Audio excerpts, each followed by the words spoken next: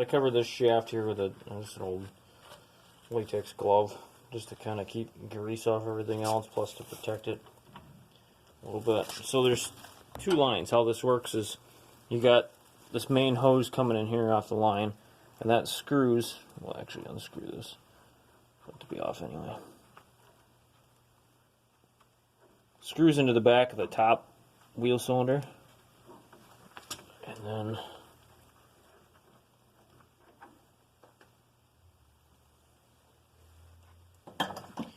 then that runs fluid through here, so that actuates the top part of this, pushes out, but it also has a steel line internally to run a lower wheel cylinder that pushes this side. So these shoes are opposing. They're both the exact same size shoe, but they're opposing directions. This one comes out in the bottom, this one comes out in the top. So we take this line out.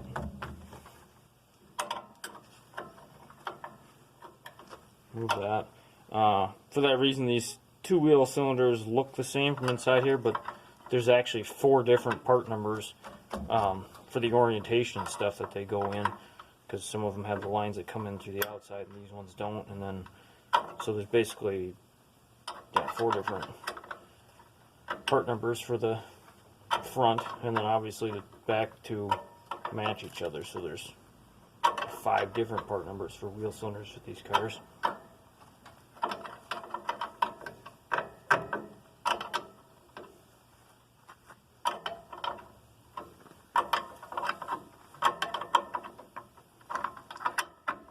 You get these lines out, try and keep them in one spot. You don't want to damage them, you don't want to get them all internally filthy, but you don't want to lose the direction they went and laid in there either. So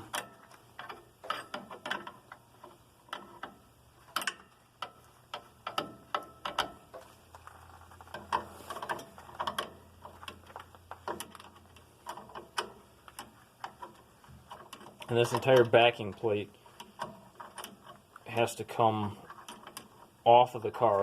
Those 4 bolts I showed you earlier have to be out, or at least all loose and slide apart for these wheel cylinders to come out of the backing plate. So they're not as easy as the other ones like rears and stuff, where you can actually just pry 2 shoes out, take 2 bolts out in a line, and you can slide the wheel cylinder out without taking anything else apart.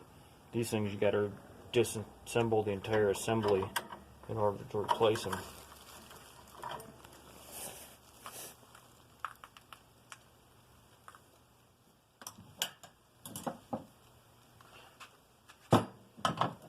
So now to use these spring tools, I mean, you can use a pliers, a vice grips, or whatever you want. But basically, you got to do a 1/4 turn on these springs here and pop this whole assembly out. Normal cars, or I should say newer cars, I generally replace all this stuff when I do brakes. A lot of these parts are, if they're in good shape, I just keep them, because a lot of these parts are hard to find new ones for these cars. And they're out there somewhere, but if they're in good shape, I'll just keep these all, which these are. So those are out. The only 2 other things holding these shoes on are these bigger springs out here, and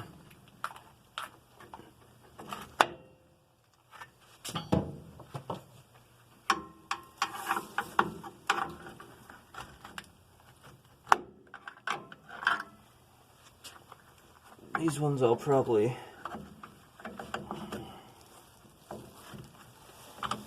kind of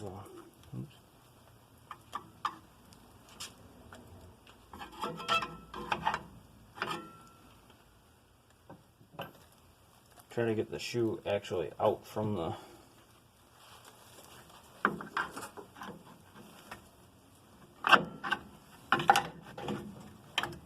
I don't remember my process from last time, so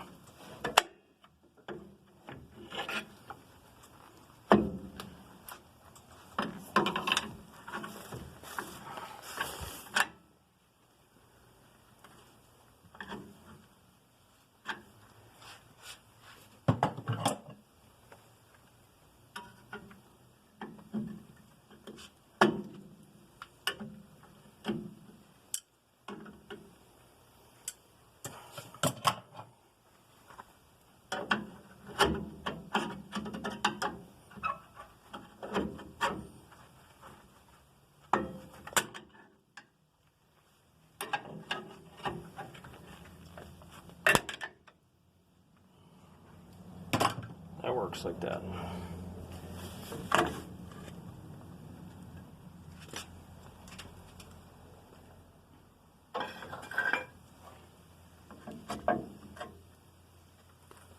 Take those off. I got a better method for putting these springs back on with a tool.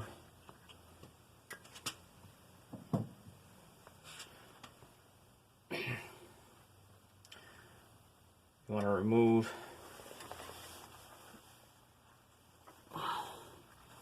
these push rods or push pins here, because these you have to use in the new wheel cylinders. They do not come with them, so don't lose these. And if they're rusted up or something, clean them up, wear a wheel, Scotch-Brite, whatever you got to do to keep them, to reuse them, because they do not come with new ones.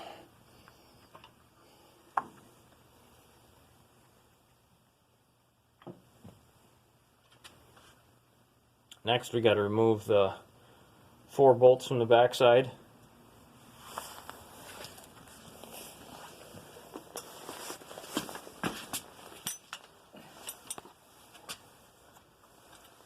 So there's different tools and stuff you can use for doing these cotter pins. I like to use just the side cutters, the good side cutters.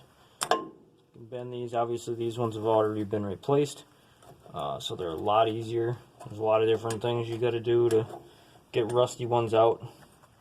Especially if you're going to keep the bolt, you want to try not to get it broke off and stuck in there. If you do, there's ways to either drill it out or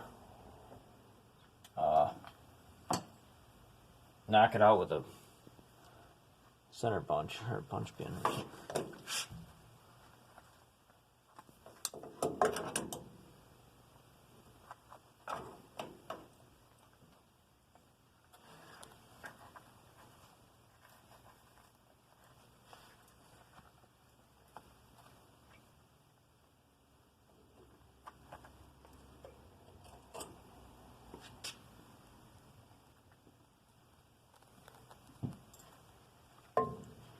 And then I'll just take those 4 nuts off and slide this whole thing out.